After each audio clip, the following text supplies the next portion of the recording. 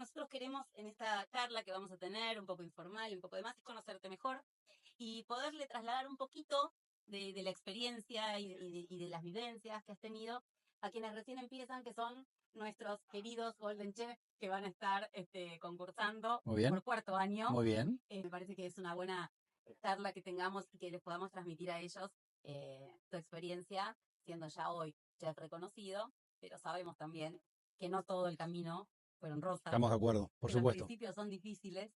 Y ante todo, para conocerte, quería saber de dónde te viene vos la pasión por la gastronomía, si vos ya desde chico tenías una inclinación por esta pasión, por esta profesión, y cómo se te ocurrió ser chef. Contanos un poco de eso. A ver, tuve la suerte que desde el vamos, desde que tengo memoria, siempre me gustó la cocina y hay una explicación lógica.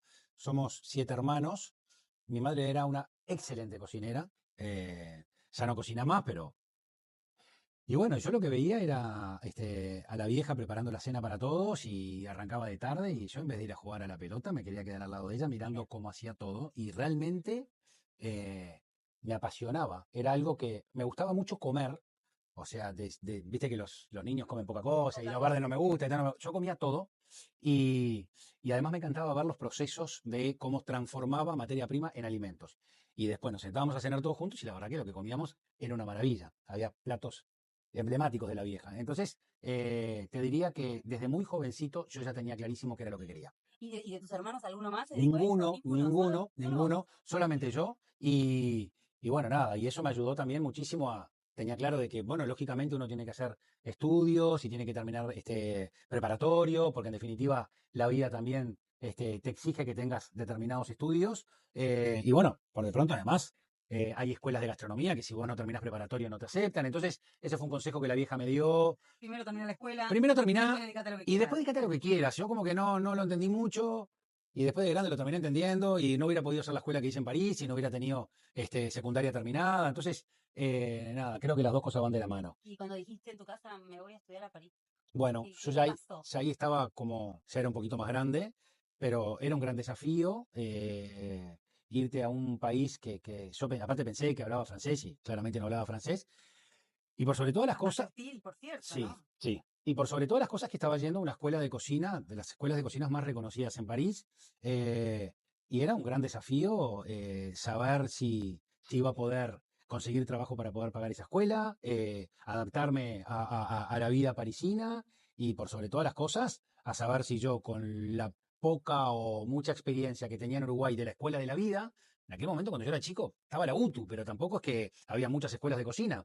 Y, y bueno, y allá me embarqué en ese proyecto que fue el proyecto más lindo de mi vida profesionalmente, porque realmente un desafío, fue un desafío grande. No solo porque dejas a toda la familia, a todos los amigos, sino que además, nada, si voy a poder, si voy a estar a la altura, si me voy a adaptar.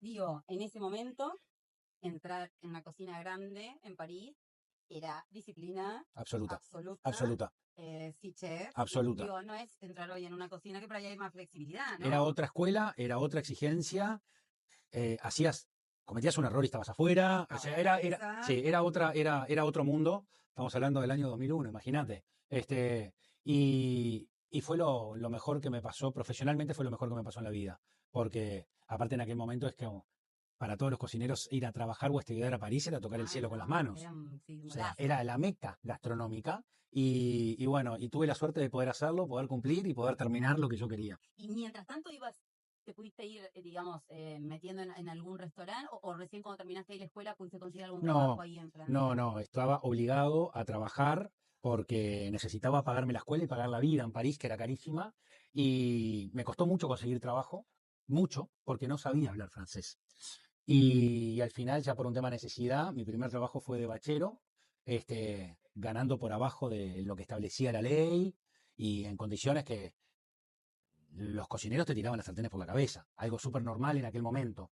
Y, y bueno, y fue eso, y fue volver a de repente dejar una jefatura de cocina en mi país para arrancar como bachero en París. Y literalmente fue eso. Y bueno, y después una cosa te lleva a la otra, ya el idioma no pasó a ser tan complicado porque estaba todo el día hablando francés y escuchando francés en la escuela, salía volando a las 4 de la tarde para entrar a las 5 de la tarde al restaurante, para salir a las 11 de la noche, para irme a dormir a casa y el otro día a las 5 y media de la mañana arrancar. Entonces ya el idioma ya no terminó siendo un problema. y después tuve la suerte de que faltó la persona que hacía las pastas, la que terminaba las Estar en pastas. el lugar indicado, Y en el bueno, y la momento indicado, persona, ¿no? y bueno, y el jefe ejecutivo se daba cuenta que yo, además de bachero, era cocinero. Y me dio la chance de cubrir ese puesto. Y a partir de ahí, nunca más dejé de trabajar en cocinas. Y cada vez que cambiaba de trabajo era para agarrar una jefatura de partida, y bueno, y ahí no paré más. Bueno, llegaste a París, estuviste trabajando, ideas en la cabeza, todas las que no había acá en Muchas, Uruguay, muchas. y decidiste volver Exacto. a Uruguay con toda la cabeza abierta, con todos esos conocimientos y demás. Y me imagino que en ese momento chocaste con una realidad que en Uruguay, aún en aquel momento, Sí, la gastronomía no estaba con el desarrollo que vos traías en la cabeza y que era totalmente. muy difícil de poner en marcha eso que vos traías en la cabeza. Totalmente. ¿Y cómo hiciste o cómo fue el choque en ese momento? A ver, hay dos cosas. Dos grandes problemas. La crisis más grande, la crisis económica más grande de la historia de nuestro país. Y yo ya estábamos saliendo de esa crisis, pero te podés imaginar que los pocos restaurantes que había ya no estaban. Y después, por otro lado, sí, tal cual lo que decís. Yo bueno, y después la realidad de, sí, tal cual lo que decís. Estar en la mejor escuela de París, trabajar y hacer pasantías en Estrellas Michelin. Y llegar a la Y peor llegar crisis. sí, a la peor crisis, y también, si no hubiera habido una crisis en Uruguay, tampoco Uruguay estaba preparado para la alta cocina, no había mercado para eso. No existían empresarios que quisieran tener esa propuesta, no existían cocineros que quisieran servir esa propuesta, Salíamos de y chivito. no salíamos de la gana, las milanesas y los ravioles. Y bueno, y ahí un poco como que me adapté a lo que me tocó vivir. En aquel momento se estaba abriendo este restaurante, y al mediodía era un concepto de menú ejecutivo, y de noche se quería dar un poco de vuelo a una cocina más elaborada. Entonces encontré mi lugarcito para poder hacer platos elaborados, y ahí jugué con todo lo que sabía y con toda la materia prima que se podía conseguir en Uruguay, que no era mucha en aquel momento. Hoy tenemos acceso a todo. Hoy no hay herramienta, maquinaria o materia prima que no consigas del Exacto. mundo. Incluso materia prima, hablamos hace un rato, ¿no? El aceite de oliva.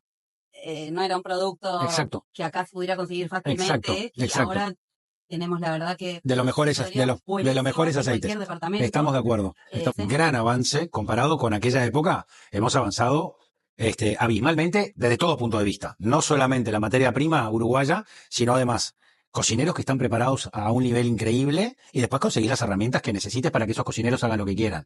En aquel momento, bueno, dimos ese alto vuelo por la noche, y me acuerdo que era increíble porque la gente encontró que había cocina diferente.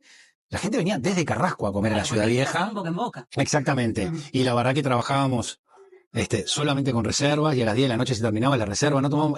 Fue una maravilla, una maravilla. Y no dejó de ser también para mí un reconocimiento de ese proyecto, al que me subí yéndome a París. Y bueno, y después pude en Uruguay, poder usar todos los conocimientos que adquirí allá. Y eso para mí profesionalmente fue muy reconfortante.